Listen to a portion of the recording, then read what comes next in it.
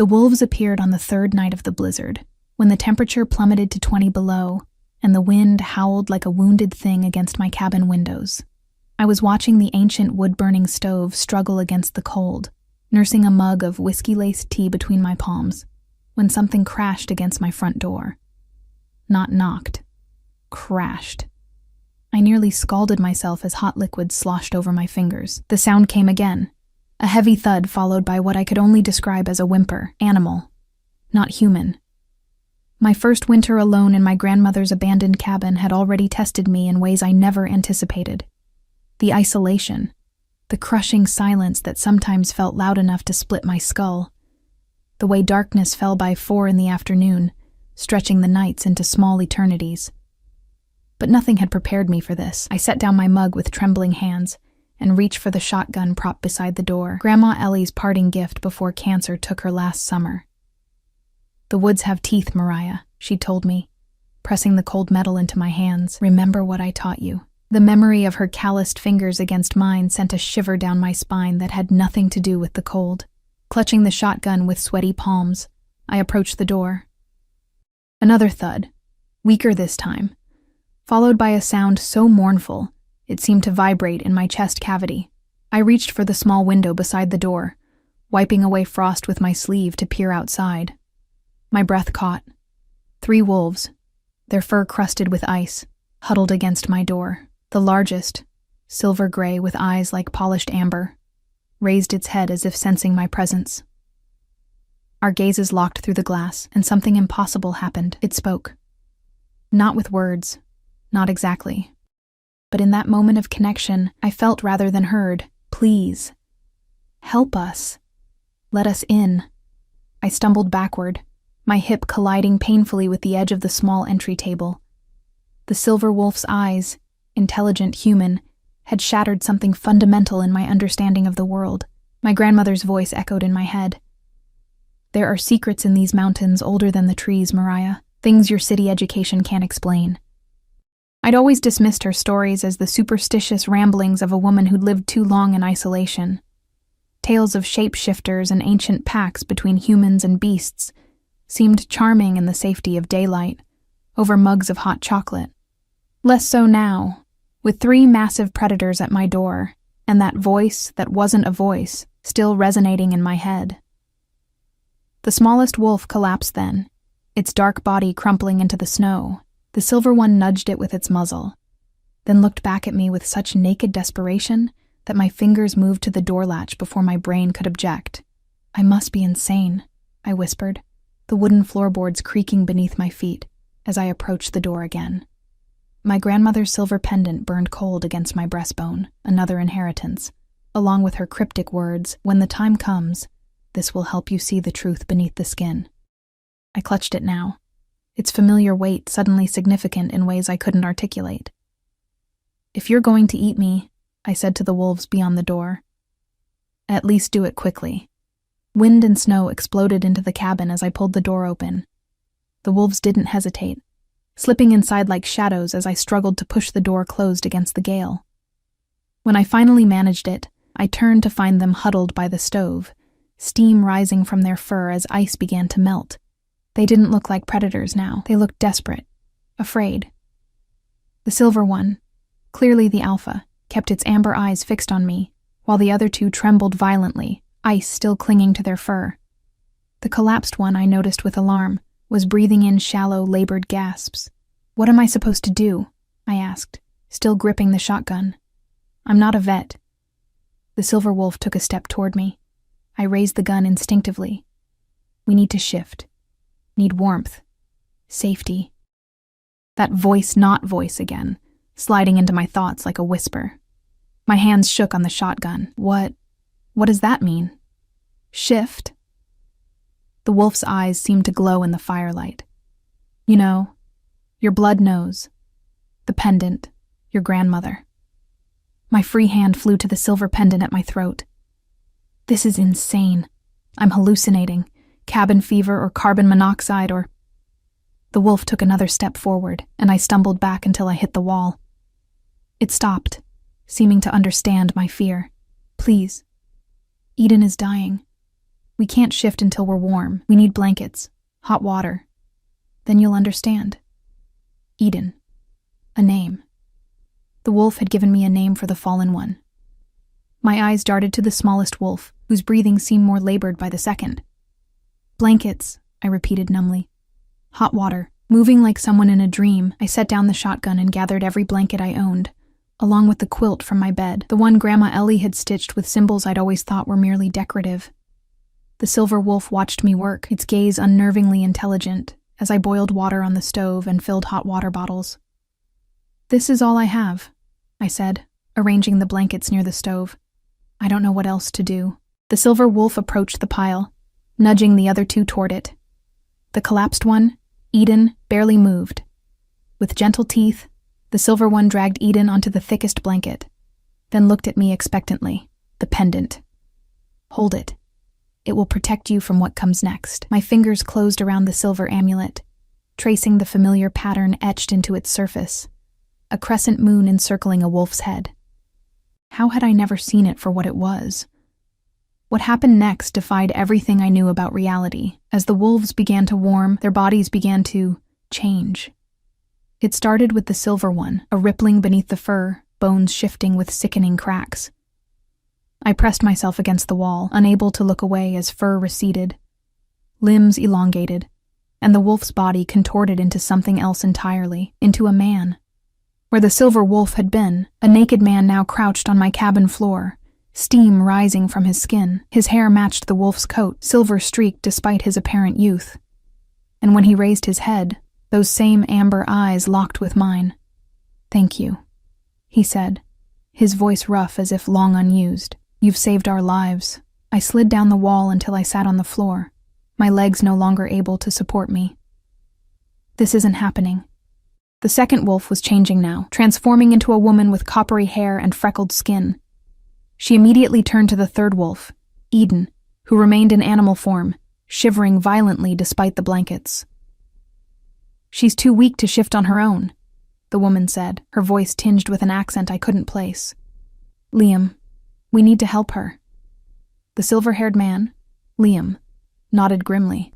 "Mariah," he said, and hearing my name from his lips sent another shock through me. "We need more heat. As much as you can manage." "How do you know my name?" I whispered.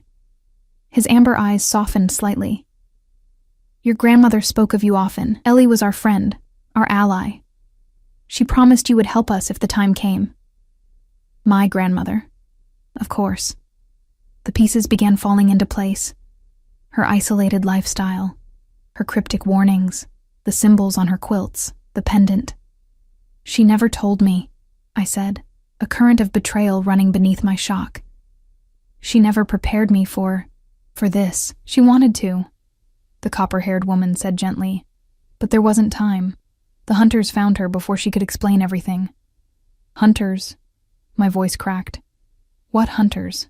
"She died of cancer." Liam and the woman exchanged a look heavy with meaning. "Is that what they told you?" Liam asked softly, before I could process this new horror. Eden's wolf body convulsed violently. "Later," Liam said urgently. "First we save Eden. Please, Mariah. More heat."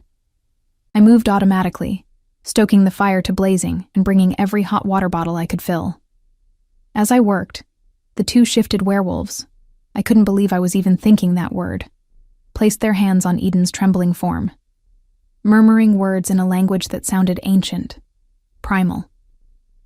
Under their touch, Eden's transformation began, but it was clearly wrong. Stuttering, halting, painful to witness. The wolf's body contorted, fur receding in patches to reveal bluish skin beneath. Limbs elongated, then snapped back. A human cry emerged from the wolf's throat, a sound of such agony that tears sprang to my eyes. "She's fighting it," the copper-haired woman said frantically. "She's too scared." Liam looked up at me, desperation etched across his features. "The pendant. She needs to see it, to know we're safe here." I hesitated only a moment before approaching, pendant clutched in my trembling hand. As I knelt beside Eden's shifting form, her eyes, part wolf, part human, found mine, wild with pain and fear. "It's okay," I whispered, not knowing if it was true. "You're safe here." I held the pendant where she could see it, and something in her gaze changed. Recognition. Relief. Her body arched one final time, the transformation rushing to completion. Where the small dark wolf had been, a young woman now lay, her skin alarmingly pale, dark hair plastered to her forehead with sweat. She couldn't have been more than 19, my age. "Warm," she gasped, her eyes fluttering, so cold inside. The copper-haired woman gathered Eden in her arms, wrapping her in blankets. "Hypothermia coupled with silver poisoning," she explained grimly. "The cold makes it worse, prevents shifting, which is how we heal." "Silver poisoning?" I echoed. Liam nodded. Accepting a blanket, I mechanically handed him to cover his nakedness. The hunters used silver-tipped bullets. "Eden took one in the shoulder 3 days ago. We've been running ever since, trying to reach your grandmother's cabin.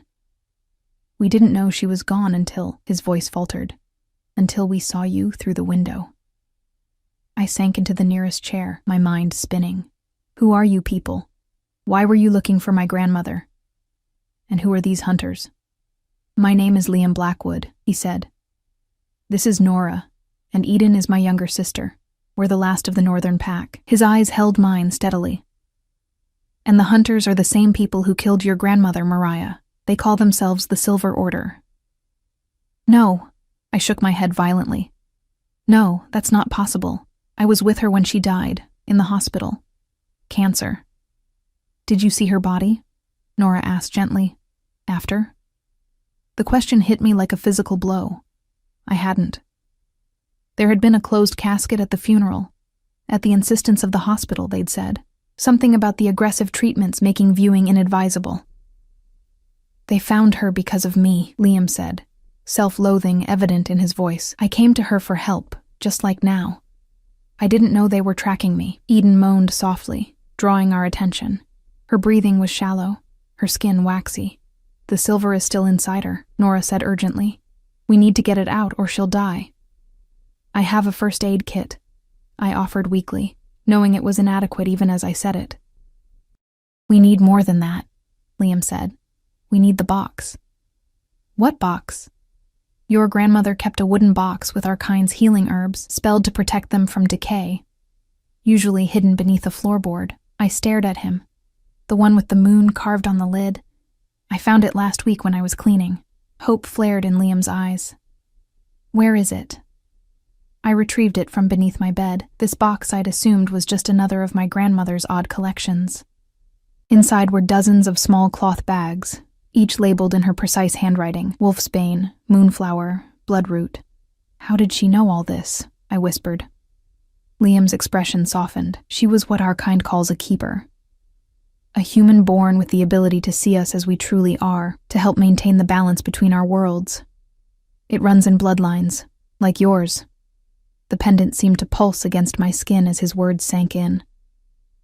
"That's why I could hear you, why I could see." I trailed off, unable to articulate the impossibility of what I'd witnessed. "Yes, not everyone can. Most humans would see only wolves, hear only animal sounds." He leaned forward, his amber eyes intense. "You're a keeper too, Mariah, the last of your line, just as we are the last of ours." A crash from outside made us all freeze. Through the howling wind came another sound. Engines, multiple vehicles approaching through the storm. Liam and Nora exchanged looks of naked terror. "They found us," Nora whispered. "So quickly." Liam's face hardened. "They must have been tracking us since the mountain pass." Eden whimpered, trying to rise despite her weakness. "We have to run." "You can't," I said, finding my voice. "You'll freeze to death out there, especially her." "We'll die for certain if we stay," Liam countered, already moving to gather their few possessions. I looked at Eden's pale face, at the angry wound in her shoulder where the silver bullet had entered, at Nora's frightened eyes and Liam's desperate determination. Something stirred in me, a protectiveness I didn't understand, a certainty that transcended the impossibility of the situation. My grandmother had protected these people, had died for them, if what they said was true, and they had come to me for help, trusting that I would honor her legacy. The engines grew louder, headlights sweeping across my front windows as vehicles pulled up outside my cabin. I made my decision. "There's a cellar," I said, moving toward the kitchen. "Behind the pantry. My grandmother showed me once, said it was a just-in-case place." Hope and disbelief warred on Liam's face. "A hiding place?" "More than that," I said, pushing aside the small pantry shelf to reveal a trapdoor beneath. She called it a sanctuary. As I pulled the door open, revealing stone steps descending into darkness, I saw symbols carved into the underside of the wood, the same symbols from her quilt, from my pendant. Protection symbols, concealment spells. I somehow knew their purpose without being told. "How did I never see this before?" I whispered. "You weren't ready to see it," Liam said softly. "The magic hides it until needed." Headlights flooded the cabin as vehicles pulled to a stop outside. Car doors slammed. "Go," I urged, helping Nora carry Eden toward the trapdoor. "I'll handle them." Liam paused at the top of the steps, his amber eyes searching mine. "They'll kill you if they suspect." "They won't," I said with more confidence than I felt. "As far as they know, I'm just a grieving granddaughter who inherited a cabin." "Mariah." His hand closed over mine, warm and solid. "Thank you." Something electric passed between us in that touch. Recognition, connection, possibility. Then he was gone, helping Nora and Eden down the steps. Before closing the trapdoor, I saw symbols etched into the stone walls of the cellar, glowing faintly blue in the darkness. More of my grandmother's magic. More secrets she'd kept from me. I pushed the pantry shelf back into place, just as heavy fists pounded on my front door. "Conservation Department," a deep voice called. "Open up, please. We're tracking dangerous wildlife in the area." I took a deep breath, feeling the weight of my grandmother's pendant against my skin, a reminder of a legacy I was only beginning to understand. Of a choice I'd just made that would change everything. "Coming," I called, moving toward the door, my heart thundering in my chest. I never imagined when I came to this isolated cabin that I would find wolves at my door. Never dreamed they would be something more than wolves. And I certainly never expected to be standing between them and the people who had murdered my grandmother. But as I reached for the door handle, I knew with sudden clarity that this was exactly where I was meant to be. I opened the door just enough to reveal my face, keeping my body positioned to block the view of the cabin's interior. 3 men stood on my porch, snow swirling around their broad shoulders. The tallest wore a dark green uniform with an official-looking patch, Conservation Department, just as he'd claimed. The other 2 were dressed in civilian winter gear, but something about their stance screamed military. Or hunter. "Can I help you?" I asked, injecting just the right amount of confusion and irritation into my voice. "It's after midnight." The uniformed man smiled apologetically, but his eyes remained cold as they scanned what little he could see of my cabin. "Sorry to disturb you, ma'am. I'm Officer Brennan. We're tracking a pack of wolves that attacked a campsite about 10 miles north of here. Dangerous animals, possibly rabid." I frowned, feigning concern while my heart hammered against my ribs. "Wolves? This close to the cabin? Afraid so." His gaze sharpened. "Mind if we come in? Just need to ask a few questions. Warm up a bit. Nasty night to be out." Every instinct screamed danger, but I knew refusing would only heighten their suspicion. I opened the door wider, praying the lingering scent of wet wolf wasn't detectable to human noses. "Of course," I said, stepping aside. "I just made tea." The 3 men stomped snow from their boots and entered my cabin. Their eyes moved systematically around the space, taking in every detail. I noticed the 2 in civilian clothes kept their right hands suspiciously close to their sides, near the bulges beneath their jackets. Guns. They were armed. "You alone out here?" Officer Brennan asked, his tone casual as he warmed his hands by the stove. "Yes," I said, moving to the kitchen to put on a kettle, needing something to do with my trembling hands. "It was my grandmother's place. I inherited it last summer." "Ellie Blackwood's granddaughter," the shorter of the 2 civilians said. "Not a question. I nearly dropped the kettle. They knew my grandmother, and they'd used her maiden name, Blackwood, the same surname as Liam." My mind raced with implications. "That's right," I said carefully. Did you know her? The men exchanged glances I couldn't interpret. Only by reputation, Officer Brennan said smoothly. She was quite the local character from what I hear. I busied myself with the tea, hyper-aware of their movements behind me. One of them was walking a slow circuit of the cabin, his footsteps heavy on the wooden floor. I prayed the trapdoor was as well concealed as Liam had suggested. So, I said, turning with mugs in hand, these wolves, have they attacked anyone? Killed 2 campers, the taller civilian said bluntly. His voice was flat, emotionless. Tore them to pieces. I let my face register appropriate horror, though inside, certainty bloomed that he was lying. These weren't conservation officers tracking dangerous animals. These were the hunters Liam had spoken of. That's terrible, I said. But I haven't seen any wolves. Haven't heard any either, and sound carries out here. Officer Brennan accepted a mug of tea with a nod of thanks. You sure about that? Tracks suggest they headed this way. 3 of them, 2 adults, 1 juvenile. The precision of the description confirmed my suspicions. Normal wildlife officers wouldn't have such specific information. I've been here all day, I insisted. If wolves had come near the cabin, I would have noticed. The shorter civilian had made his way to the pile of blankets near the stove, the ones the werewolves had used. I saw his nostrils flare slightly as he bent to touch them. You use all these blankets yourself? He asked, straightening. Place isn't that cold with that stove going. My mouth went dry. I was sorting winter supplies earlier. Some of them need washing. The lie sounded weak even to my own ears. His eyes narrowed fractionally. These smell like they've been outside. I aired them on the porch this afternoon, I countered, the lie coming more smoothly this time. Before the storm got bad, Officer Brennan was watching our exchange with calculating eyes. Miss Blackwood, Reynolds, I corrected automatically. My father's name. Blackwood was my grandmother's maiden name. Of course, Miss Reynolds, he amended with a smile that didn't reach his eyes.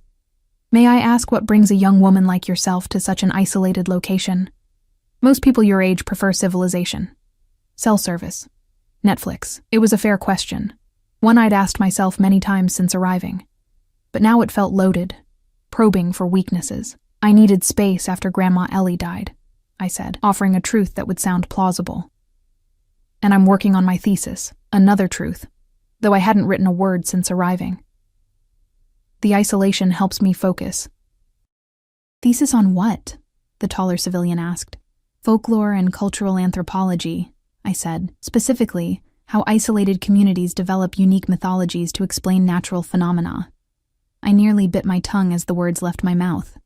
Of all the subjects I could have mentioned, why had I chosen one so dangerously close to the truth now hidden beneath my floorboards? Officer Brennan's expression sharpened with interest. Like werewolf legends, for instance. The air in the cabin seemed to freeze. I forced a casual shrug. Among others, every culture has shapeshifter myths. Skinwalkers, Selkies, berserkers. They're all variations on humanity's attempt to reconcile our dual nature. Civilized versus primal. He nodded slowly. Fascinating subject. Your grandmother collected local folklore, I believe. It wasn't a question, and it confirmed they knew far more about Ellie than they'd initially admitted. I took a deliberate sip of tea, using the moment to steady myself. She had an interest, yes. The shorter civilian had moved to examine the bookshelves, where many of my grandmother's volumes on local history and mythology stood. His fingers trailed along the spines, more than an interest, I'd say. A tense silence filled the cabin, broken only by the howling wind and the crackle of the fire. I could feel their suspicion like a physical presence, pressing against my skin. They knew something, or suspected it, but were waiting for me to make a mistake. I decided to go on the offensive. Look, I appreciate your concern about these wolves, but as I've said, I haven't seen any sign of them, and it's late. I set down my mug with a decisive clink. If there's nothing else, I'd like to get back to my work. Officer Brennan studied me for a long moment, then nodded. Of course. Sorry to have disturbed you. He handed me a card. If you do see or hear anything unusual, call this number immediately, day or night. I accepted the card with a polite smile. I will. One more thing, the taller civilian said, his cold eyes boring into mine. Mind if we take a look around outside? Check for tracks? Wolves might have passed through without your noticing. My pulse jumped. Now? In this blizzard? We have equipment, he said, patting a large flashlight at his belt. Won't take long. I couldn't think of a reasonable objection. If you feel it's necessary, Officer Brennan nodded to his companions. Hale, check the perimeter. Burke, the outbuildings. The men zipped their jackets and headed back into the storm, leaving me alone with Officer Brennan. As soon as the door closed behind them, he turned to me with a different kind of intensity. Miss Reynolds, he said softly, I feel obligated to warn you that these woods can be dangerous for those who don't understand their particular ecosystem. There was weight behind his words, a double meaning I couldn't miss. I grew up visiting this cabin, I said carefully. I know these woods better than you might think. His smile was cold. Do you? Your grandmother had certain beliefs about the local wildlife. Beliefs that ultimately put her in danger. My blood turned to ice. My grandmother died of cancer. Is that what you believe? He stepped closer, his voice dropping to a near whisper. Cancer is a convenient explanation for many things, isn't it? Especially when a body is too damaged to be viewed. Nausea rose in my throat. What are you saying? I'm saying, he continued, that your grandmother made dangerous choices, harbored dangerous elements. I'd hate to see her granddaughter make the same mistakes. Anger flared through my fear. This man, this stranger, was all but admitting his organization had murdered my grandmother, while simultaneously threatening me. The pendant seemed to burn against my skin, and I resisted the urge to touch it. My grandmother was a kind woman who helped anyone in need, I said, my voice steadier than I expected. If that's the kind of mistake you're referring to, then I'm proud to follow in her footsteps. Something shifted in Brennan's eyes. Respect, perhaps, or resignation. Then I've done my duty in warning you. The front door burst open as the men returned, bringing a gust of snow and cold air.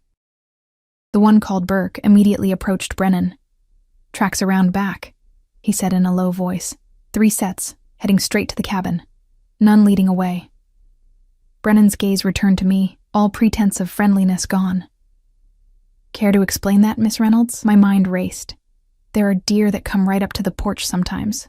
My grandmother used to feed them. These weren't deer tracks, Hale said flatly. I wouldn't know, I replied, forcing my voice to remain even. I'm not exactly a wildlife expert. Brennan's eyes never left mine. Search the cabin, he ordered quietly. You can't do that, I protested. You don't have a warrant. Conservation officers have broad authority when tracking dangerous predators, he countered smoothly, especially ones that have already killed. My heart threatened to burst from my chest as Hale and Burke began a methodical search of my small cabin. They looked behind furniture, inside closets, under the bed. When Burke approached the kitchen and the concealed pantry, I had to force myself not to react. Sir, Hale called from the bathroom, blood in the sink. I silently cursed myself. Eden's wound had bled when they'd first arrived, and Nora had used the sink to clean it. I'd wiped it down, but apparently not thoroughly enough. I cut myself chopping vegetables earlier, I lied, holding up my left hand where, coincidentally, a small cut from unpacking boxes was still visible. See? Brennan examined the shallow cut, skepticism evident. That's a very small cut for the amount of blood Hale described. It bled a lot, I insisted. Fingertips always do. He didn't believe me. That much was clear. But he couldn't disprove my claim either. A standoff had been reached. Burke continued his search, now dangerously close to the pantry. My grandmother's pendant grew warmer against my skin. On impulse, I clutched it, silently pleading, hide them, protect them. Burke pulled open the pantry door, examining the shelves of canned goods and supplies. He moved a few items, looking behind them. Then he knelt, running his hand along the floor, exactly where the trapdoor was located. I held my breath. Nothing here, he reported, standing again. Just food and supplies. Relief flooded through me so strongly my knees nearly buckled. The magic had worked. He hadn't seen the trapdoor that I knew was there. Brennan's jaw tightened. Check again, he ordered. Sir, Burke said, I've been thorough. There's nothing. A beat of tense silence followed. Brennan's eyes locked with mine, cold and calculating. He knew something was wrong, but couldn't pinpoint what. You're certain the tracks led directly to the cabin? He asked Hale. Yes, sir. Fresh. Within the hour. Brennan ran a hand through his close-cropped hair, frustration evident. Miss Reynolds, I'm going to be direct with you. We both know wolves came to this cabin tonight. What we don't know is where they went. I met his gaze steadily. Officer Brennan, I've cooperated fully with your intrusion. I've answered your questions and allowed you to search my home without a warrant. I have nothing more to tell you because I know nothing about any wolves. He studied me for a long moment, then nodded once. We'll be stationing men around your cabin tonight. For your protection. The threat was thinly veiled. They would be watching, waiting for the werewolves to emerge. That seems excessive, I said. But you'll do what you feel is necessary, I suppose? Indeed we will. Brennan gathered his men with a look. We'll leave you to your thesis, Miss Reynolds. Remember what I said about making the same mistakes as your grandmother. As they filed out into the storm, Brennan paused at the door. One last question. That pendant you're wearing, it's unusual. Family heirloom? My hand rose to cover it instinctively. Yes, my grandmother's. His lips curved in a humorless smile. I thought as much. Good night, Miss Reynolds. When the door finally closed behind them, I sagged against the wall, trembling with delayed shock and fear. Through the frosted windows, I watched their dark figures move toward their vehicles. But true to Brennan's word, they didn't all leave. 2 remained, taking up positions at the edge of the clearing, nearly invisible except for the occasional gleam of flashlights. Guards. Or hunters waiting for prey. I waited until I was certain Brennan had driven away before approaching the pantry. My hand shook as I pushed aside the shelf and revealed the trapdoor that Burke somehow hadn't seen. I knocked softly. It's me, I whispered. They're gone, but they've left men watching the cabin. The trapdoor opened silently, revealing Liam's worried face. We heard everything, he said softly. You were incredible. I flushed at the unexpected praise. I lied terribly. They knew it. But they couldn't prove it. He climbed out, helping me replace the shelf. That's what matters. In the main room, Nora sat beside Eden, whose color looked marginally better. The herbs from my grandmother's box had apparently helped. How is she? I asked. Stable, Nora replied.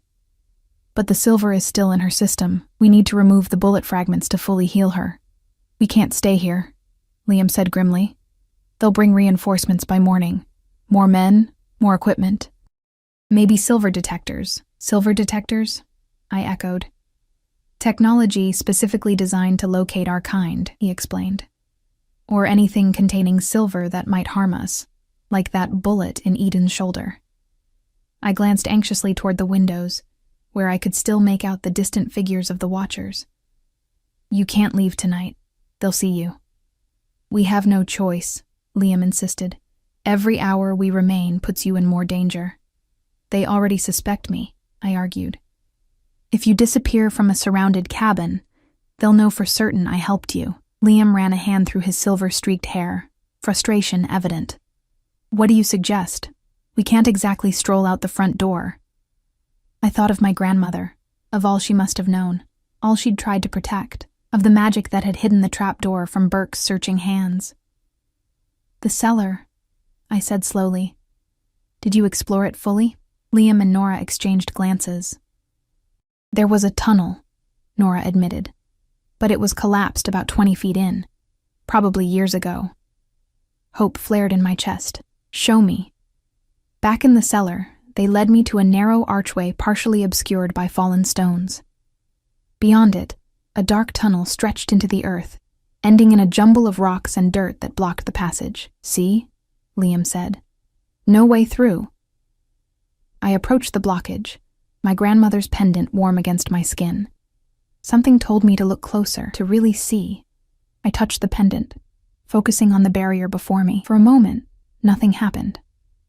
Then, like a photograph developing, the solid wall of debris seemed to shimmer, revealing glimpses of an open passage beyond.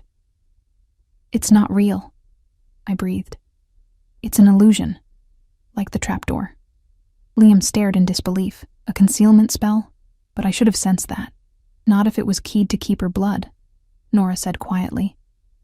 Ellie's magic would respond only to her bloodline. I reached out tentatively, my fingers passing through what appeared to be solid rock. "It's open," I confirmed, amazement flooding through me. "Where do you think it leads?" "If I remember correctly," Liam said, "there's an old hunting cabin about 2 miles east. Ellie used to mention it as an emergency fallback." "Then that's where you'll go," I decided. "Tonight, while the storm covers your tracks." "What about you?" Liam asked, concern evident in his amber eyes. "They'll question you again when they find us gone." "Let me worry about that," I said, with more confidence than I felt. "I'll say I slept through the night, heard nothing.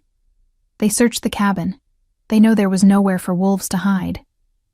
Liam studied me intently. "Why are you helping us? You only just learned we exist. Most humans would be terrified, calling for our heads." I thought about it, surprised by the certainty of my answer. "Because my grandmother believed you were worth protecting. Because you came to me for help, trusting me when you had no reason to. And because..." I touched the pendant. "Because this feels right, like I've been waiting my whole life to discover this part of myself." Something shifted in Liam's expression. A softening. A recognition. Keepers often say that finding us feels like coming home to a place they never knew they'd lost. Our gazes held for a long moment, something unspoken passing between us. Then Eden groaned softly, breaking the spell. "We need to move," Nora urged. "She needs proper care, and those men outside won't stay in the cold forever." I nodded, suddenly decisive. "Take supplies from the pantry, food, water, medical supplies. I'll pack the herbs from my grandmother's box." As we prepared for their departure, I found myself watching Liam, the grace with which he moved, the gentle way he tended to his sister, the authority he carried without arrogance. Every so often, he would catch my gaze, a question in his amber eyes that I couldn't answer. When they were ready, backpacks filled with essentials, we gathered at the tunnel entrance. Eden was conscious now, leaning heavily on Nora, but insistent on walking under her own power. "The tunnel will shield your scent and tracks," I said. "The storm should cover the rest." Liam hesitated. "What if they come back? What if they hurt you?" "They won't," I said with more certainty than I felt. "They have no proof, only suspicion. And I'm just a harmless graduate student writing a thesis, remember?" His expression remained troubled. "If anything happens, anything at all, use the pendant. Focus on me, call my name in your mind. I'll hear you." "Like you called to me through the door," I realized. He nodded. "The bond between a keeper and a shifter is ancient magic, stronger than anything the hunters have." "I'll be fine," I insisted. "Go." Nora stepped forward, surprising me with a quick, fierce hug. "Thank you," she whispered. "For everything." Eden, pale but determined, met my eyes. "I won't forget this debt," she said solemnly. "None of us will." Then it was Liam's turn. He stood before me, his expression conflicted. "Mariah," whatever he intended to say remained unspoken. Instead, he reached out, his fingers brushing mine in a touch that sent electricity racing up my arm. Then he pressed something into my palm, a small wooden token carved with the same symbols as my pendant. "So you can find us," he said softly, "when you're ready." Before I could respond, he turned and led his pack into the tunnel, disappearing into the darkness beyond the illusory barrier. I watched until the last echo of their footsteps faded, then made my way back up to the cabin, sealing the trapdoor behind me. Alone again, I moved to the window, watching the silent sentinels at the edge of the clearing. The storm was beginning to ease, stars appearing between the racing clouds. By morning, the hunters would discover their prey had somehow vanished from a surrounded cabin, and I would be here, the granddaughter of Ellie Blackwood, with a pendant around my neck and questions burning in my mind. Questions about my grandmother, about the werewolves, about the hunters who had killed her, about the magic that now seemed to flow in my veins, awakened by a silver wolf's desperate plea. about Liam Blackwood, whose touch still tingled on my skin and whose wooden token I now clutched like a lifeline. I had made my choice tonight, stepped into a world I never knew existed. And something told me this was only the beginning. Morning arrived with harsh clarity, sunlight reflecting blindingly off fresh snow. I hadn't slept, spending the night alternating between watching the silent sentinels outside and tracing the carvings on Liam's wooden token. By dawn, the men stationed around my cabin had been replaced by fresh hunters. I could no longer pretend they were anything else, their faces grim as they surveyed the pristine snowscape. I made a show of normality, brewing coffee and opening curtains as if oblivious to their surveillance. Inside, my thoughts raced with plans and questions. How long before they returned to interrogate me? What would I say when they discovered the werewolves had vanished? I didn't have to wait long for answers. Just after 9, 3 vehicles crunched through the snow, parking in a semicircle before my cabin. Brennan emerged from the lead SUV, his expression thunderous as he conferred with the night watchers. When he strode toward my door, his posture telegraphed controlled fury. I opened the door before he could knock, feigning surprise. "Officer Brennan, I wasn't expecting to see you again so soon." His cold eyes assessed me, searching for cracks in my composure. "May we come in, Miss Reynolds?" I stepped aside, noticing that this time he'd brought 5 men with him instead of 2. All wore sidearms openly now, abandoning the conservation officer pretense. One carried what looked like a metal detector, the silver detector Liam had mentioned. "Is something wrong?" I asked, careful to keep my voice steady. Brennan removed his gloves with deliberate slowness. The wolves we were tracking seemed to have disappeared. I widened my eyes. "Isn't that good news? Maybe they moved on." "Impossible," he said flatly. My men maintained visual contact with every exit point from this cabin all night. Nothing left. Not even a squirrel. I shrugged. "Then maybe they were never here." His jaw tightened. "We found tracks leading directly to your door. No tracks leading away. You expect me to believe they simply vanished?" "I don't know what to tell you," I said. "As I explained yesterday, I haven't seen any wolves." Brennan stepped closer, invading my personal space. "Miss Reynolds, I'm going to be direct. We know your grandmother was a sympathizer. We know she harbored creatures that look human but aren't. And we strongly suspect you're following in her footsteps." The directness of the accusation startled me, but I held my ground. My grandmother was an eccentric old woman who liked to tell folklore stories.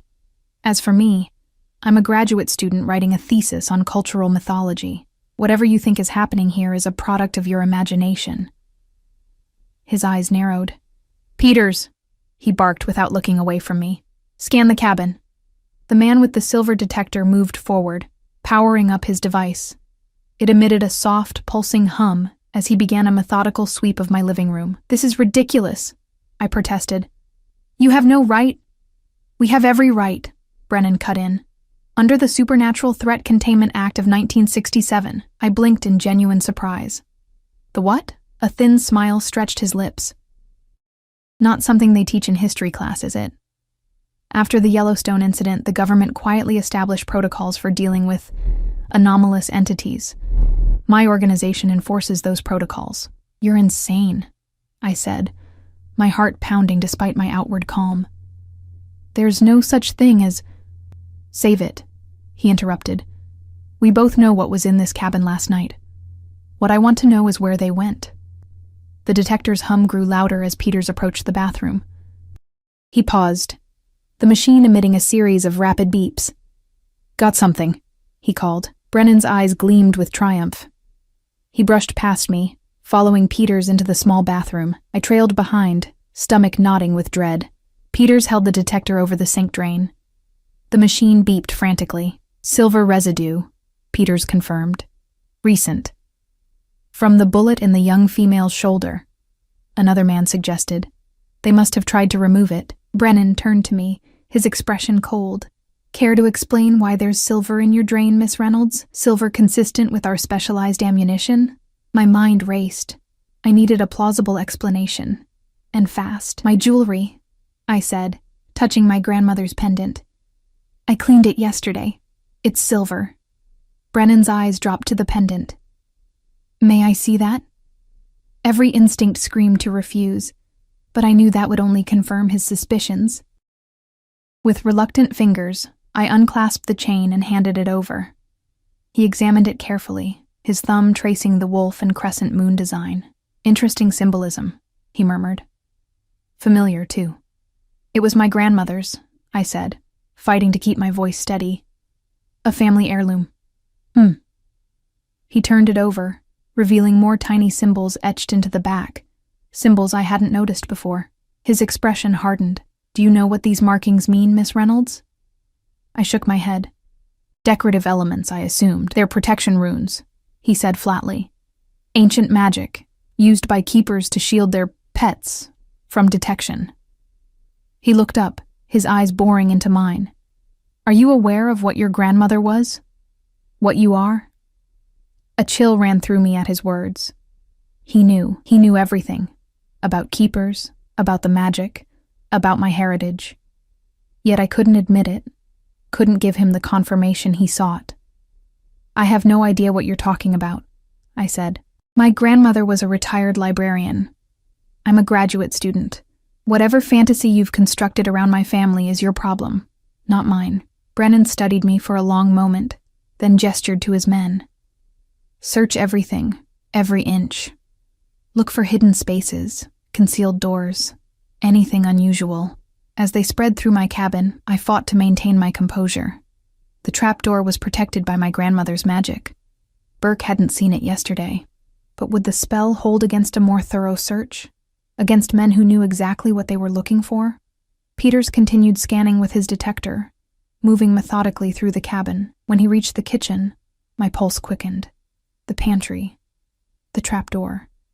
If the device detected silver there.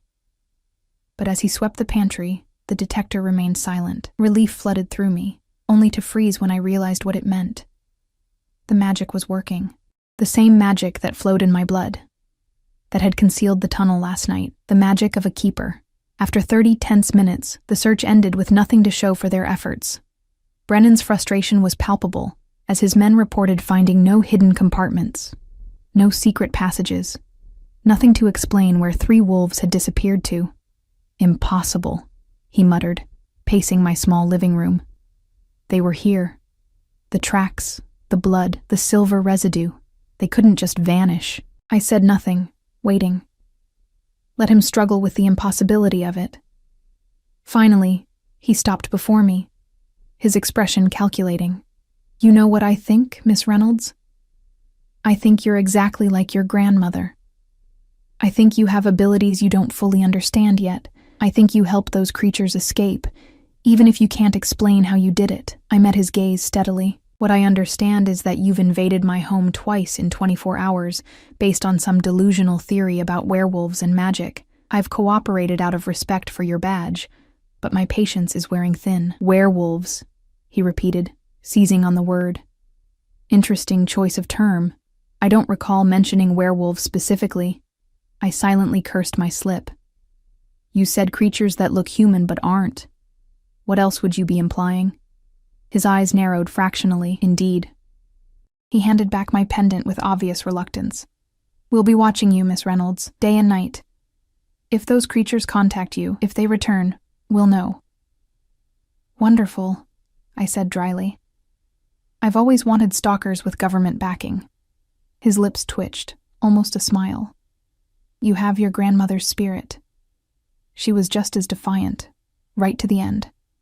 The casual confirmation of her murder sent ice through my veins. Get out of my cabin, I said quietly. Now. Brennan nodded to his men, who filed out silently. At the door, he paused. One last thing. If you are helping them, you should know what they really are. Not the romantic creatures of myth, but savage killers who wear human skin as a disguise. Ask yourself why your grandmother died. Ask yourself if they were worth her sacrifice. The door closed behind him with a soft click, leaving me alone with his poisonous words. I watched through the window as the vehicles departed, leaving just 2 men behind, continuing their surveillance. I sank onto the couch, clutching my pendant. Brennan's words echoed in my mind. Ask yourself why your grandmother died. Ask yourself if they were worth her sacrifice. Was he telling the truth? Had my grandmother truly died protecting Liam and his pack? And if so, was I now walking the same dangerous path? I needed answers. Real answers. Not Brennan's twisted version of events. And there was only one place to find them. The wooden token Liam had given me seemed to pulse with warmth in my pocket. So you can find us, he'd said, when you're ready. I was more than ready. I was desperate. That night, after a day of performative normality for the benefit of my watchers, I prepared to leave.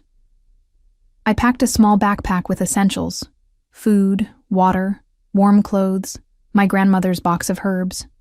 The moon hung full and heavy in the sky, casting silver light across the snow, perfect for what I needed to do. But first, I had to deal with the hunters outside. I moved to the bathroom, pendant clutched in my hand. Last night, I discovered that my grandmother's magic responded to intent, to need. The trapdoor had been hidden because the werewolves needed sanctuary. The tunnel had revealed itself because they needed escape. Now, I needed distraction.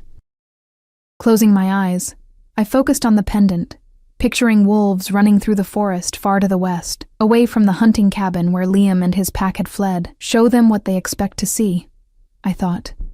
Draw them away from here. The pendant warmed against my palm. When I opened my eyes, nothing seemed to have changed. Had it worked? Only one way to find out. I watched through the window, breath fogging the glass. For several minutes, nothing happened. Then one of the watchers straightened suddenly, pointing toward the western tree line. His companion raised binoculars, then reached frantically for his radio. Within moments, they were running for their vehicle, engine roaring to life as they sped down the access road. I waited 10 minutes to ensure they wouldn't return, then grabbed my backpack and made my way to the cellar. The token Liam had given me grew warmer as I approached the concealed tunnel, confirming my suspicion. It was linked somehow to him, a magical compass pointing toward its maker. The tunnel was pitch black beyond the cellar's dim light. I switched on my flashlight and stepped through the illusory barrier, feeling the strange sensation of passing through what looked solid. Beyond, the tunnel stretched ahead, rough-hewn and ancient, smelling of earth and secrets. I walked for what felt like hours, the token growing steadily warmer in my palm. The tunnel twisted and turned, occasionally branching. Each time, I followed the path where the token's heat intensified. Finally, it led me upward, to a trapdoor similar to the one in my cabin. I pushed it open cautiously, emerging into what appeared to be a woodshed attached to a small, dilapidated cabin. Light glowed from within, voices murmured, too low to distinguish words. I approached the door, heart pounding, and knocked softly. Instant silence fell, then footsteps approached, and the door swung open to reveal Liam, his amber eyes widening in shock. "Mariah," he breathed. "How did you—" "The token," I said, holding it up. "You said I could find you when I was ready." He pulled me inside quickly, scanning the darkness behind me. "You weren't followed?" "No. I created a distraction, an illusion of wolves to the west. The hunters chased it." Surprise and admiration flickered across his face. "You're learning to use your abilities quickly." Inside, the hunting cabin was small but surprisingly cozy. A fire burned in a stone hearth, casting flickering shadows. Eden lay on a makeshift bed nearby, her color much improved. Nora sat beside her, relief evident in her expression when she saw me. "You came," Eden said weakly. "I told them you would." I smiled, warmed by her faith. "How are you feeling?" "Better," she said. "Nora got the silver out while you kept the hunters occupied." Liam guided me to a chair near the fire. "You took a huge risk coming here. They'll know you helped us now." "They already knew," I said grimly. "Or strongly suspected. Brennan made that clear this morning." "Brennan," Nora spat the name like a curse. "That man has hunted our kind for decades." "He told me things," I said slowly. "About my grandmother, about keepers, about something called the Supernatural Threat Containment Act." I looked between them. "I need to know the truth. All of it." A heavy silence fell. Liam exchanged glances with Nora. some unspoken communication passing between them. "You deserve the truth," he finally said, "especially now that you've committed yourself to our cause." "Have I?" I asked, genuinely uncertain. "All I've done is help 3 strangers who needed sanctuary. I still don't know who or what you really are." Liam nodded, acknowledging the fairness of my words. "Then let me start at the beginning." He settled across from me, firelight casting half his face in shadow. "What do you know about werewolves? The myths, I mean." I shrugged. "The usual. People who transform into wolves during the full moon. Silver bullets. Contagious bites. Most of that is wrong," he said. "Inventions of humans who feared what they didn't understand."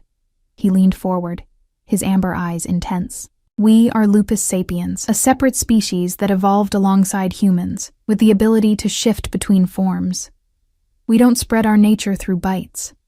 We're born, not made." "And the full moon?" I asked, glancing toward the window where moonlight streamed in. "It affects us, yes," he admitted. "Makes shifting easier, heightens our senses and emotions, but we can change at will anytime, with practice and control." "And you look completely human in this form," I observed. "No one would know." "Which is why the hunters fear us," Nora interjected. "They can't distinguish us from humans without their technology. To them, we're infiltrators, monsters hiding among humanity." "Are you?" I asked bluntly. "Brennan said you were killers wearing human skin as a disguise." Anger flashed in Liam's eyes. "Of course he'd say that. It justifies their genocide." "So you've never killed humans?" I pressed. Liam's expression darkened. "I didn't say that. We have defended ourselves when attacked. And yes, there have been rogues among our kind who embrace their predatory nature too fully, just as there are human serial killers. The difference," Nora added, "is that humans don't exterminate entire families when one human commits murder." I considered this. "And my grandmother, what was her role in all this?" Liam's expression softened. "Ellie was a keeper, a human born with the ability to see our true nature, to communicate with us mind to mind. Keepers have existed alongside our kind for millennia, maintaining balance between our worlds. She helped us hide," Eden said quietly, "healed us when we were wounded, protected us from hunters with her magic." "And that's why they killed her," I said, the truth finally settling cold and heavy in my chest. "Because she protected you." Liam nodded gravely. "The Silver Order, Brennan's organization, discovered she was sheltering our pack. They came in the night, silver weapons ready." Pain etched deep lines around his eyes. "I was with her when they attacked. She used the last of her strength to help me escape, to cast a concealment spell so powerful it masked my presence, even as they tore through the cabin searching for me. And then they... what? Staged her death? Made it look like cancer?" "The Order has connections throughout government and medical institutions," Nora explained. "Falsifying a death certificate would be simple." I stood abruptly, pacing the small cabin as emotions roiled through me. Grief, rage, betrayal. All this time, I thought she died naturally. I thought I'd had the chance to say goodbye, to be with her at the end. My voice broke, but it was all a lie. Liam rose, his movements fluid and graceful, and stepped into my path. "She loved you, Mariah. Her last words to me were about you. How proud she was. How certain she was that you would carry on her legacy when the time came." "A legacy I knew nothing about," I cried. "She never told me any of this, never prepared me. How could she keep something so enormous from me my entire life?" "She was protecting you," he said gently. "The burden of knowledge is also the burden of choice. Once you know about us, you must choose, to help us or to turn away. She wanted you to have a normal life for as long as possible." I sank back into my chair, suddenly exhausted. "And now? What choice do I have now? Brennan knows what I am, or at least suspects. He's watching my cabin. The moment I return, he'll know I've been to you." "You don't have to go back," Eden said quietly. "You could stay with us. Join the pack." Liam shot her a warning look. "Eden." "What?" she challenged. "She's a keeper. She belongs with us. It's not that simple," he countered. "Mariah has a life, an identity in the human world. Giving that up isn't a small thing." Their argument washed over me as I stared into the fire, mind racing with implications. If I returned, Brennan would be waiting. If I stayed, I'd be abandoning everything I knew. My studies, my friends, my future as I'd imagined it. Yet something about Eden's words resonated. She belongs with us. Since finding the wolves at my door, I'd felt more alive, more connected to something meaningful than I had in years. The magic that flowed in my veins when I touched the pendant, the sense of rightness when I helped Liam and his pack. It felt like discovering a piece of myself I hadn't known was missing. "There's another option," Nora said, breaking into my thoughts. "One your grandmother and other keepers have used before." I looked up. "What?" "A foot in both worlds," she explained. "Return to your life, but serve as our eyes and ears among humans. Use your position, your seemingly normal identity, to help us navigate their world safely." "A spy, you mean?" I said. "An ally," Liam corrected. "Someone who can warn us of the hunters' movements, help coordinate safe passage for packs in danger." "And what about Brennan?" I asked. "He's not going to just forget about me." "No," Liam agreed. "But we can use that to our advantage. Let him watch you. Let him think you're trying to find us. Meanwhile, you'll be feeding us information about his operations." The strategy made a certain cold sense. Double agent. It would be dangerous, he acknowledged.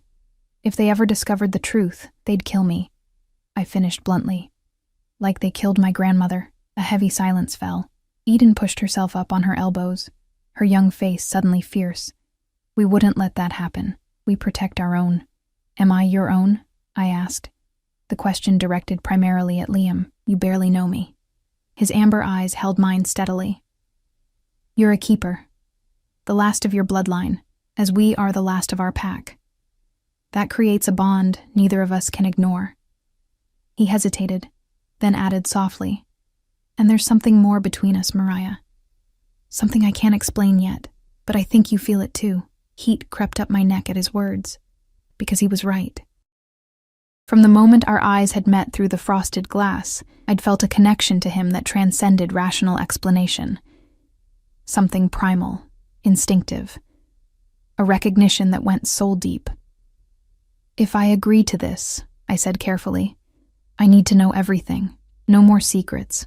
I need to understand what I'm really part of. What powers I have as a keeper, what this pendant does. Everything my grandmother should have told me." Liam nodded solemnly. "I'll teach you what I know. The rest, you'll have to discover for yourself, as all keepers do. The magic manifests differently for each of you. And there's one more condition," I added, my resolve hardening. "I want to know who killed my grandmother. Not just Brennan and his organization, but the specific individuals who took her life. I want names, faces." Concern flickered across Liam's features. "Mariah, don't tell me revenge won't bring her back." I cut in. "I know that. But justice might give her peace." "Might give me peace." Nora studied me with newfound respect. "She has the right to know." After a long moment, Liam nodded. "I'll tell you what I know. Show you what I saw that night." "Show me?" I echoed. "Pack memory," Eden explained. "Liam can share his memories with you through the keeper bond, if you're strong enough to receive them." "I am," I said, with certainty I didn't entirely feel. Liam moved to kneel before me, his eyes level with mine. "This won't be easy to witness. Are you sure?" I nodded, steeling myself. "I need to know." "Then hold the pendant," he instructed. "It will focus the connection between us." I clutched the silver amulet as Liam placed his warm hands over mine. His amber eyes captured mine, and the world around us seemed to fade. "Open your mind to me," he whispered. "See what I saw. Feel what I felt." The cabin disappeared. Suddenly I was running through snow-covered forest, heart pounding, breath coming in steaming clouds. But it wasn't my heart, my breath. It was Liam's memory, his perspective. I felt his desperate fear, his determination.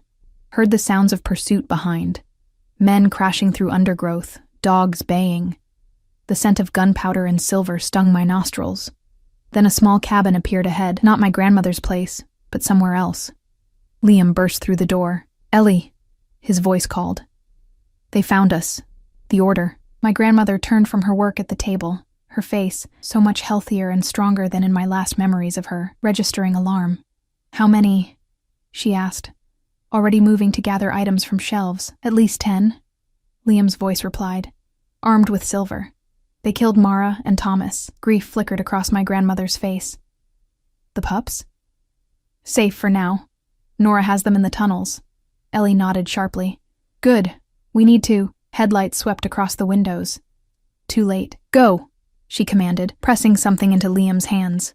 The wooden box of herbs I now carried in my backpack. Take this. Find Mariah when the time comes. She'll continue what I started. I won't leave you, Liam protested. My grandmother's eyes flashed with determination. You must. The pack needs their alpha. Her hands began to glow faintly as she traced symbols in the air. I can hold them off. Give you time to escape. Ellie? The door crashed open. Men in tactical gear poured in, weapons raised. At their center stood a younger Brennan, his face twisted with triumph. The Keeper Blackwood, he announced, and her pet wolf, 2 for the price of 1. My grandmother straightened, power radiating from her slight frame. Liam, run, she commanded, and her voice carried the weight of Keeper magic. Even in memory, I felt Liam's body respond involuntarily to the command, backing toward a concealed door as my grandmother began to chant. Her pendant, my pendant now, glowing brilliantly. The last image before the memory faded. My grandmother, surrounded by a sphere of blue light as silver bullets ricocheted off it. Her eyes meeting Liam's one final time, a silent message passing between them. Then darkness, as the concealment spell took hold and Liam fled into the night, her sacrifice buying his escape. I gasped as the connection broke, tears streaming down my face. The cabin materialized around me again, but the echo of my grandmother's final moments remained branded in my mind. Now you know, Liam said softly, his own eyes bright with unshed tears. She died as she lived, protecting those who needed her. Brennan, I whispered, the name a curse on my lips. He was there. He led them. Yes, Liam confirmed. He's hunted our kind for decades. Your grandmother was a special target, a powerful keeper who had helped dozens of packs escape the Order's purges. I wiped my tears away, a cold clarity replacing my grief. I'll do it, I said. I'll be your ally in the human world. I'll learn to use these abilities, this magic. And someday, I'll make Brennan pay for what he did. It won't be easy, Nora warned. The Order has resources, technology, government backing. I don't care, I said. My grandmother gave her life for this cause. For you, the least I can do is continue her work. Liam's gaze was solemn, searching. You understand what this means? Once you commit to this path, there's no going back. The Order will never stop watching you. Your life will never be truly normal again. I thought of my quiet, predictable existence before the wolves appeared at my door. The thesis that now seemed trivial, the future that had felt empty without my grandmother in it. Then I thought of the magic humming in my veins, the connection I felt to these strange, hunted people, the purpose that now burned within me. Normal is overrated, I said, managing a small smile. Besides, I think we both know I was never meant for normal. Something flickered in Liam's amber eyes. Pride, relief, and something deeper that made my pulse quicken. Then it settled, he said. You'll return to your cabin tomorrow. Play the innocent graduate student. Meanwhile, we'll establish secure ways to communicate. I nodded, my mind already racing with plans and possibilities. I should go before dawn, while my distraction still has them searching the western forest. I'll show you a shorter path through the tunnels, Nora offered, one that emerges closer to your cabin. As she and Eden began gathering supplies for my return journey, Liam drew me aside, his expression intense. There's something else you should know, he said quietly. Something about keepers and werewolves that your grandmother might have told you, had there been time. My heart skipped. What? His eyes held mine, warm and ancient. Sometimes, rarely, a bond forms between a keeper and a shifter that transcends the usual alliance, a connection of souls, of magic, and blood. When I saw you through that frosted glass, when our minds touched for the first time. He trailed off, but I understood. The immediate connection, the sense of recognition, the way his presence both calmed and exhilarated me. Soul bonds are sacred to our kind, he continued. They can't be forced or manufactured. They simply are. His hand moved hesitantly toward mine, fingers brushing my wrist where my pulse raced. I think that's what's happening between us, Mariah. I've never felt this with anyone before. The truth of his words resonated within me. This pull toward him wasn't just attraction or gratitude or shared purpose. It was something primal, inevitable, like gravity or the turning of the earth. I feel it too, I admitted softly. Relief flooded his features. It won't be easy. The hunters, the danger, the secrets we must keep. Nothing worth having ever is, I replied, surprising myself with the certainty in my voice. His fingers interlaced with mine, warm and solid. For a moment, we stood there, connected by touch and something far deeper. A bridge between two worlds, human and wolf, each incomplete without the other. Tomorrow would bring danger. Tomorrow, I would return to a cabin watched by killers. Would begin a dangerous double life as spy and keeper. Tomorrow, I would start learning the magic my grandmother had carried to her grave.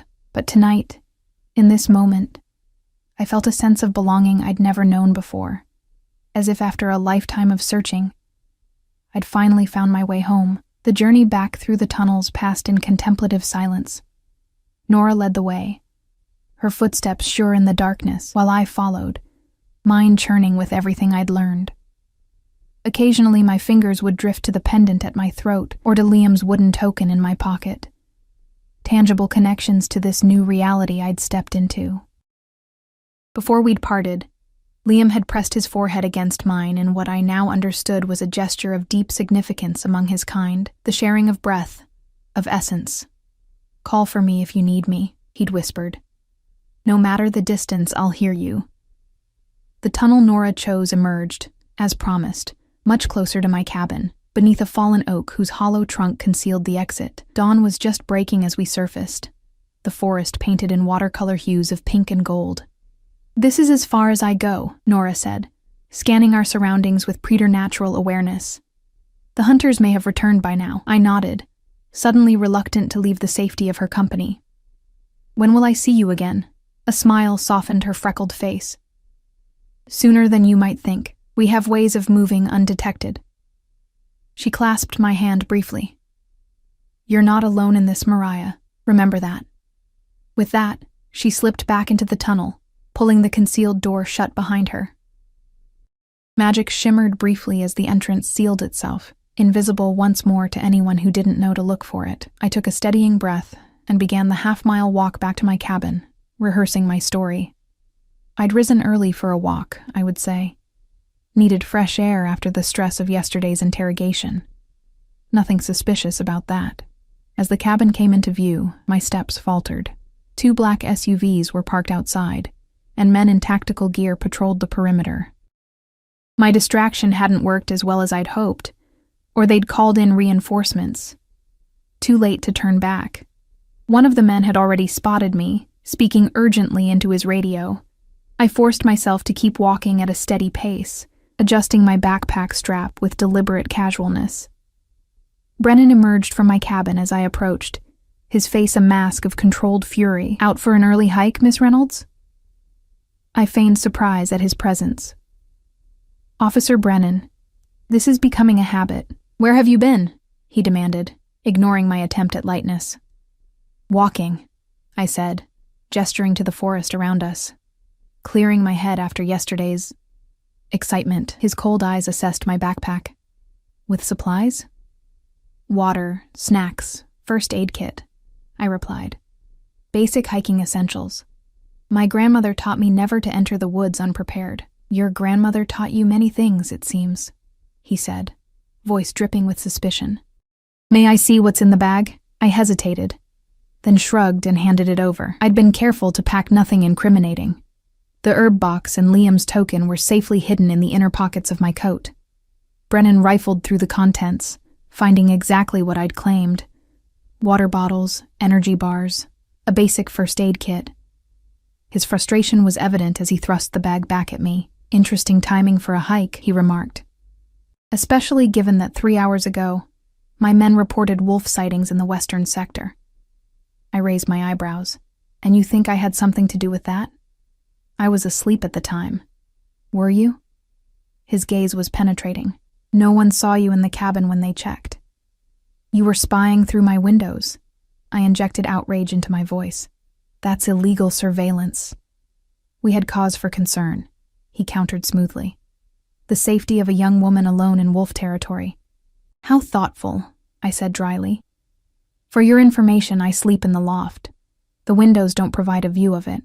This was true. A small mercy in my otherwise transparent cabin. The sleeping loft was the one area not visible from outside. Brennan's jaw tightened.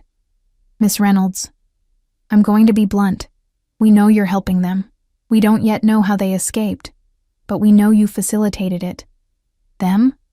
I echoed innocently. The wolves, you mean? The ones you claim are something more than animals? Don't play games, he snapped. Your grandmother made the same mistake, thinking she could outsmart us. Look where that got her. The casual confirmation of her murder sent rage coursing through me, hot and cleansing. I stepped closer to him, dropping all pretense of confusion. Are you threatening me, Officer Brennan? Something in my tone made him blink. For an instant, just an instant, uncertainty flickered across his face. I'm warning you, he recovered. For your own good. Whatever you think you know about these creatures, whatever you think you owe your grandmother's memory, it's not worth your life. I held his gaze, feeling the pendant warm against my skin.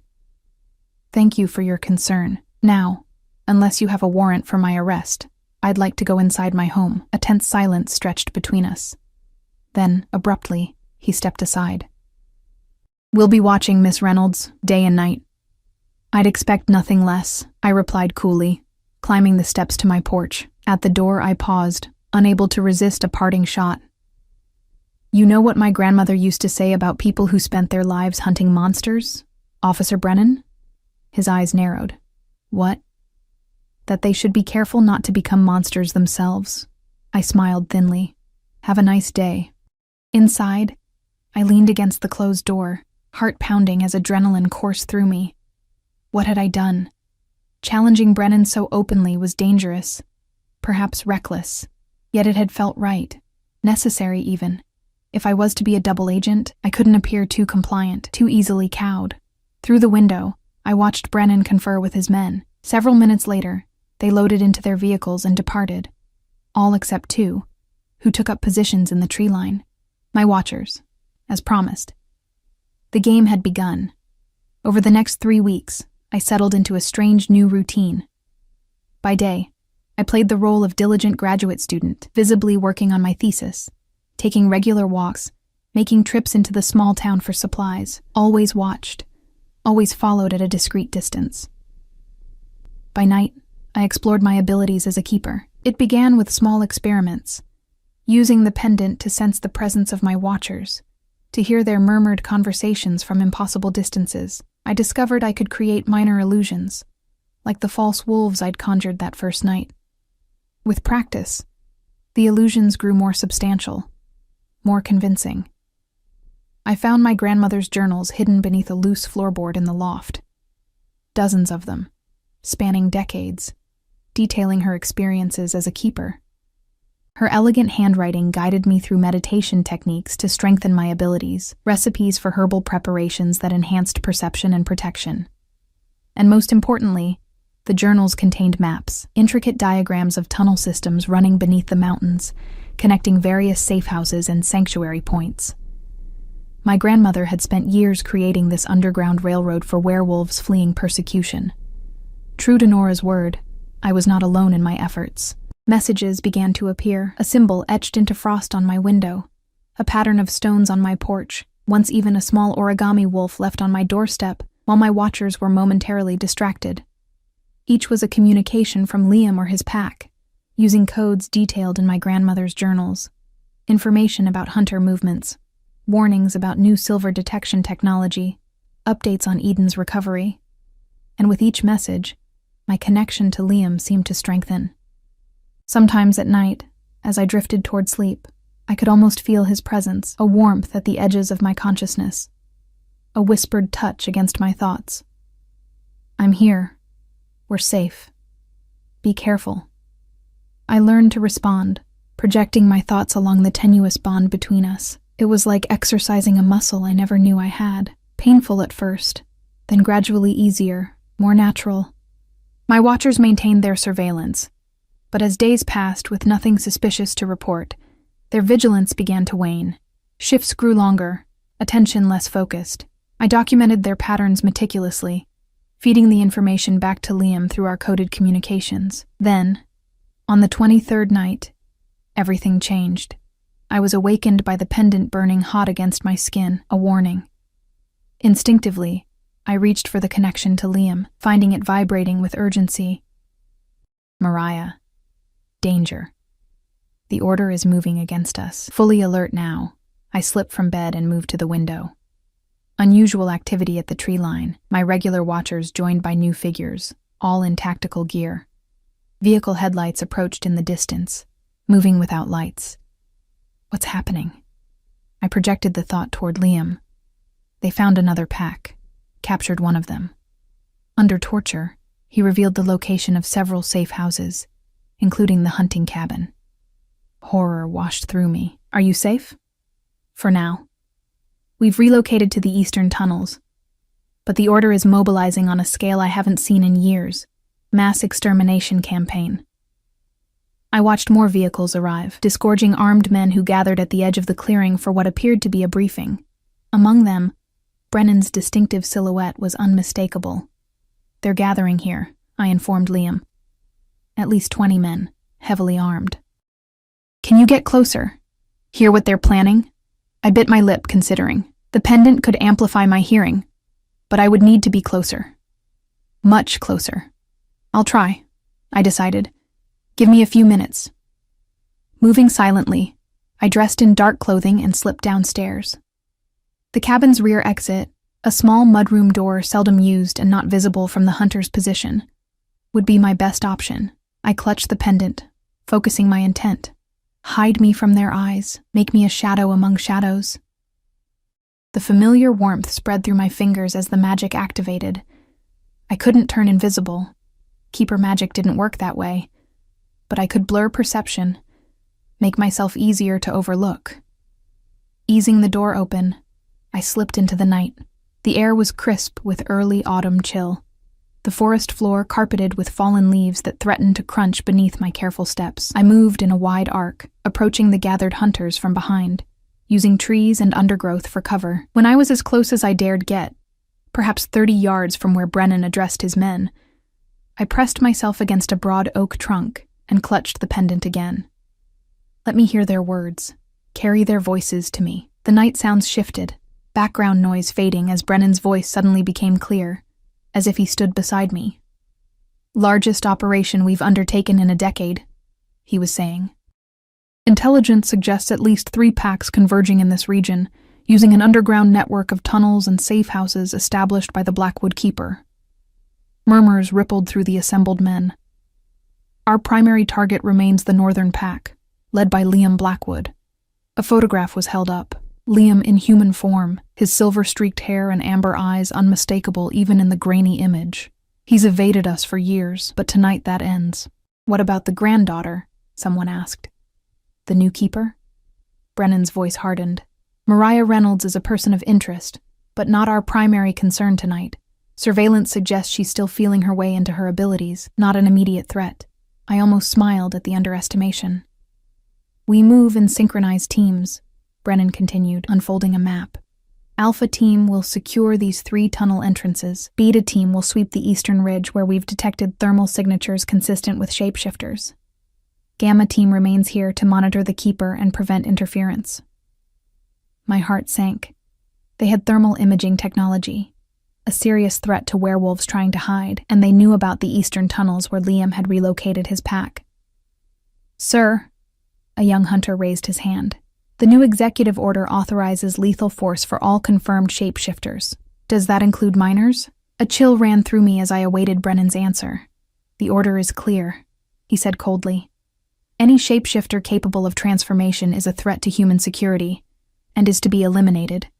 Age is irrelevant. Disgust and horror washed through me. They weren't just hunting adult werewolves, they intended to kill children, to commit genocide. I'd heard enough. Carefully, I began to retreat, intending to return to the cabin and warn Liam of the imminent attack. A twig snapped beneath my foot. Movement! 2 o'clock! A hunter called out, swinging a spotlight in my direction. I froze, clutching the pendant desperately. Don't see me. I'm not here. The light swept over my position, pausing momentarily. I held my breath, pressing against the tree, willing myself to blend with the shadows. After an agonizing moment, the beam moved on. Probably a deer, someone muttered. This forest is full of them. I released a silent breath of relief and continued my cautious retreat. Once safely beyond their perimeter, I abandoned stealth for speed, racing back to the cabin. I needed to warn Liam immediately. Inside, I reached for our mental connection. Liam. They're coming. They know about the eastern tunnels. They have thermal imaging. His response was immediate, tinged with alarm. How many? At least 20 that I could see. More arriving. They're splitting into teams to cover multiple entrance points. We need to move the pack again. The southern caves might... His thoughts cut off abruptly. I waited, panic rising when the connection remained silent. Liam? I projected desperately. Liam, can you hear me? Nothing. Something had happened. Something that had severed or blocked our connection, which meant a heavy knock at my front door made me jump. I knew before opening it who I would find. Brennan stood on my porch, flanked by 4 armed men. His expression was grim, triumphant. Miss Reynolds, he said, I believe you've been attempting to communicate with fugitives. That makes you an accomplice to their crimes. My blood ran cold. I don't know what you're talking about, he smiled thinly. You might be interested to know that we've developed technology that can detect keeper magic. Your little conversation just now registered quite clearly on our sensors. He held up a tablet displaying a pulsing waveform. Fascinating signature, almost like a radio frequency, but organic in nature. I said nothing, mind racing. If they could detect the magical communication, then they might have triangulated Liam's position when he responded. I'm placing you under arrest, Brennan continued, under the authority of the Supernatural Threat Containment Act. You'll be transported to a secure facility for questioning. On what specific charges? I demanded, playing for time. Harboring non-human entities, obstruction of justice, conspiracy against the United States government. His smile widened. The list is quite extensive. One of the men moved forward with handcuffs. I stepped back instinctively, my hand finding the pendant beneath my shirt. I wouldn't, Brennan warned, noticing the movement. Those dampening cuffs are specifically designed for keepers. Once they're on, your connection to your pets will be severed completely. The realization hit me with stunning clarity. They hadn't tracked Liam through our communication. They had captured him. That's why our connection had been cut so abruptly. Where is he? I demanded, abandoning pretense. What have you done with Liam? Satisfaction gleamed in Brennan's eyes. So you admit to your association with the shapeshifter Blackwood. Where is he? I repeated, fury building inside me. Being transported to our containment facility, Brennan said casually. Along with the female shifter, the younger one unfortunately resisted capture with particular vigor. Regrettable, but necessary. Eden. They had killed Eden. The knowledge hit me like a physical blow, grief and rage swirling together into something dangerous and wild. You murdered a teenage girl, I whispered. I eliminated a dangerous non-human entity, he corrected. Now, are you going to come quietly? Or do we need to use force? I felt something shift inside me. Something fundamental. The pendant burned against my skin, not with warning now, but with power. My grandmother's voice seemed to whisper in my ear. The pendant doesn't create magic, Mariah. It only focuses what's already within you. And what was within me now was righteous fury. Neither, I said quietly. Before Brennan could respond, I grasped the pendant and channeled every ounce of grief and rage into one focused thought. Protect. The effect was immediate and shocking. A wave of blue energy exploded outward from the pendant, throwing Brennan and his men backward off the porch. They landed hard in the clearing, weapons scattering. I staggered, unprepared for the drain of such powerful magic. But there was no time for recovery. I had to find Liam and Nora before they reached the containment facility. Running to my bedroom, I grabbed my backpack, already packed with essentials for just such an emergency. My grandmother's journals, the herb box, warm clothes, the wooden token Liam had given me. As I raced back downstairs, I saw Brennan and his men regrouping outside, calling for backup. My magical outburst had bought me minutes at most. I knew I couldn't escape through the tunnels. They would be watching those now. But there was another way. My grandmother's journals had mentioned emergency protocols, contingencies for when capture seemed inevitable. Reaching beneath my bed, I retrieved a small wooden box I'd discovered days earlier but hadn't dared to open. Inside lay a glass vial containing a swirling silver liquid and a note in my grandmother's handwriting. For the darkest hour, when all paths are blocked, think of where you need to be most, drink, and step through. Transportation magic, the most difficult and dangerous form of keeper ability. My grandmother's emergency escape route. Shouts from outside told me Brennan's reinforcements had arrived. No time for hesitation. I uncorked the vial and swallowed the bitter liquid in one gulp. Immediately my vision blurred, the cabin walls seeming to ripple around me. I need to be where Liam is, I thought desperately, wherever they're taking him. The wooden token in my pocket burned hot. The connection to Liam activating, pulling like a compass needle. I focused on that pull, that bond between us, and stepped forward. The world dissolved into silver light. When reality reassembled itself, I was standing in a sterile white corridor, unlike anything I'd ever seen. Overhead lights hummed softly, and the air smelled of antiseptic and fear. Somewhere nearby, an alarm was blaring. I pressed myself against the wall as armed guards ran past, not even glancing in my direction. The transportation potion must have brought with it a temporary concealment effect. Following the pull of the wooden token, I moved cautiously down the corridor. Signs on the walls confirmed my suspicions. I was in a government facility, specifically Section 7 of the Supernatural Containment Division.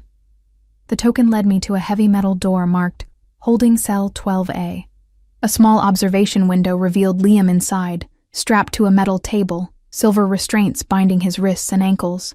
His face was bruised, a cut above his eye seeping blood, but he was conscious, his amber eyes alert and defiant. In the corner of the room, Nora sat huddled in a similar cell, her arms wrapped around herself, rocking slightly. Grief for Eden threatened to overwhelm me, but I pushed it aside. Later, there would be time to mourn. Now, I needed to focus on freeing those who could still be saved. The door required a keycard. I had none, but I did have something potentially more powerful, keeper magic flowing strong with purpose and righteous anger. I placed my palm against the electronic lock, focusing my will. Open for me. Recognize me as authorized. For a moment, nothing happened. Then the lock emitted a soft beep, and the door slid open. Liam's head snapped up, disbelief washing over his features as he saw me. "Mariah? How?" "No time," I said, rushing to his side. The silver restraints would be trickier. Touching them would harm me as well, though not as severely as they harmed him. Drawing on my grandmother's teachings, I whispered an incantation, passing my hands over the restraints without quite touching them. One by one, they snapped open. "Eden?" Liam asked hoarsely as I helped him sit up. I shook my head, unable to voice the confirmation he already knew in his heart. Grief flashed across his face, raw and devastating, before hardening into resolute fury. "We'll honor her later," he said, his voice thick. "Right now, we need to get Nora and escape." I moved to Nora's cell, repeating the process with her restraints. She was in worse shape than Liam. They'd clearly questioned her first, and not gently. She could barely stand, leaning heavily against me as I helped her up. "The facility will be locked down," Liam said, supporting Nora from the other side. Standard procedure for any containment breach. Then we make our own exit, I replied, remembering another spell from my grandmother's journals. But first, we need to ensure they can't track us again. In the center of the room stood a computer terminal, presumably containing records of their research on werewolves, locations of safe houses, and the detection technology Brennan had boasted about. I approached it, placing both hands on the screen. This would require more power than I'd ever channeled before. Liam, I said, I need your strength for this. Understanding immediately, he placed his hands over mine. Our connection flared, his life force flowing into me, mingling with my own. Together we focused on the technology before us. Destroy their research, all of it. Everywhere. Energy surged through us into the system. On the screen, data began to corrupt. Files deleting themselves, system architecture collapsing. But it didn't stop there. The magic spread through network connections, jumping to other systems, other facilities. Alarms blared with renewed urgency as the lights flickered and died, emergency generators kicking in with a low hum. Time to go, Liam urged, his face pale from the energy he'd expended. I nodded, turning to the outer wall. Stand back. Gathering the last of my strength, I pressed my hands against the concrete wall and whispered the words my grandmother had written in her journal, words of unmaking, of creating passage where none existed. The wall shimmered, then simply dissolved, revealing the night beyond. We were 3 stories up, but a conveniently sloped roof lay just below the opening. Can you both shift? I asked. It would make the escape easier. Liam nodded grimly. The silver's effect is already fading. Nora. She straightened, determination overcoming pain. For Eden. Before my eyes they transformed. Bones shifting, fur sprouting, human forms melting into wolf. Where Liam had stood, the silver wolf now crouched, amber eyes unchanged. Beside him, Nora's copper-colored form trembled but held steady. I climbed onto Liam's broad back, fingers tangling in his thick fur. Together, we leapt through the opening into the night beyond, Nora following close behind. We landed on the sloped roof, sliding to its edge, then jumped again to the ground below. Guards shouted, spotlights swinging wildly as the facility's security system struggled against the magical attack, still corrupting its networks. Liam ran with powerful strides, carrying me deeper into the surrounding forest. Behind us, the facility's lights flickered and died completely, plunging the compound into darkness. We ran for what felt like hours, putting miles between us and the containment center. Eventually, in a small clearing deep in unfamiliar woods, Liam slowed to a stop. Nora collapsed beside a fallen log, shifting back to human form with a pained gasp. Liam transformed more smoothly, catching me as I slid from his back. Exhaustion from the magical exertion hit me all at once, and my knees buckled. He caught me, lowering us both gently to the forest floor. Eden, he said softly, the single word containing immeasurable grief. I'm so sorry, I whispered, tears finally flowing freely. Brennan said she fought back, that it was necessary. She wouldn't have let them take her alive, Nora said, her voice hollow. She saw what they did to our parents, swore they'd never cage her. Liam's arms tightened around me. What you did tonight. I've never seen such power from a keeper. Not even your grandmother. It wasn't just me, I said. It was us. Our connection amplified the magic. He nodded slowly. The soul bond. It's stronger than I imagined. We sat in silence for a long moment, each processing the night's events. The escape had been successful, but at terrible cost. Eden was gone. My human life was over. I was now a fugitive, branded a traitor for helping non-human entities escape government containment. What happens now? I asked finally. Liam's eyes reflected the stars overhead. We run. We hide. We find other packs, warn them about what happened. The Order will be crippled temporarily by what you did to their systems, but they'll rebuild eventually. And then? A faint smile touched his lips. Then we fight back. Your grandmother began building a network. Keepers and werewolves working together. We'll expand it, strengthen it, create a true resistance. It won't bring Eden back, Nora said softly. Or Ellie. Or any of the others they've killed. No, I agreed. but it might prevent more deaths, and someday, perhaps, create a world where your kind doesn't have to hide. Liam's hand found mine, fingers intertwining. It won't be easy. The life of a fugitive is better than the life of a prisoner, I finished, or a collaborator. The first hints of dawn lightened the eastern sky, bathing the clearing in soft gold. A new day, a new life. What my grandmother started will continue, I said with quiet determination. The Order thought they could exterminate your kind, hunt down every last pack. Instead, they've created exactly what they feared most, a union between Keeper and Werewolf, magic and strength combined. Liam's amber eyes held mine, a promise in their depths. Together, then. Together, I echoed, sealing the vow. As the sun crested the horizon, I thought of the frozen wolves who had appeared at my door on that bitter winter night. Desperate, hunted, on the brink of death. I had opened my door to them, never imagining they were anything more than animals in need. Now I understood the truth my grandmother had known all along. Sometimes salvation comes in unexpected forms. Sometimes family is found, not born. And sometimes the monsters in the forest are not the ones with fangs and fur, but the ones with badges and guns who hunt them. I had crossed a threshold, stepped into a world of shadow and magic, of ancient bonds and modern persecution. There was no going back, only forward, into whatever future we could carve from the wilderness of possibility. Liam's hand tightened around mine, the soul bond between us humming with shared purpose and growing affection. Nora stood, her grief temporarily channeled into resolve. We should move, she said. Find shelter before full daylight. I nodded, rising to my feet with Liam's support. The pendant hung warm against my skin, a reminder of my grandmother's sacrifice and legacy. The wooden token nestled in my pocket, no longer needed to find Liam, but kept as a symbol of the night that had changed everything. Together, we set off into the forest, 3 figures moving like shadows between the trees. A keeper and her wolves, fugitives, family.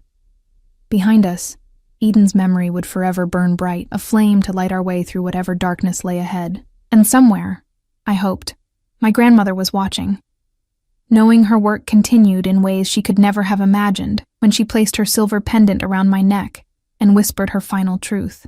The wolves have teeth, Mariah. But so do you.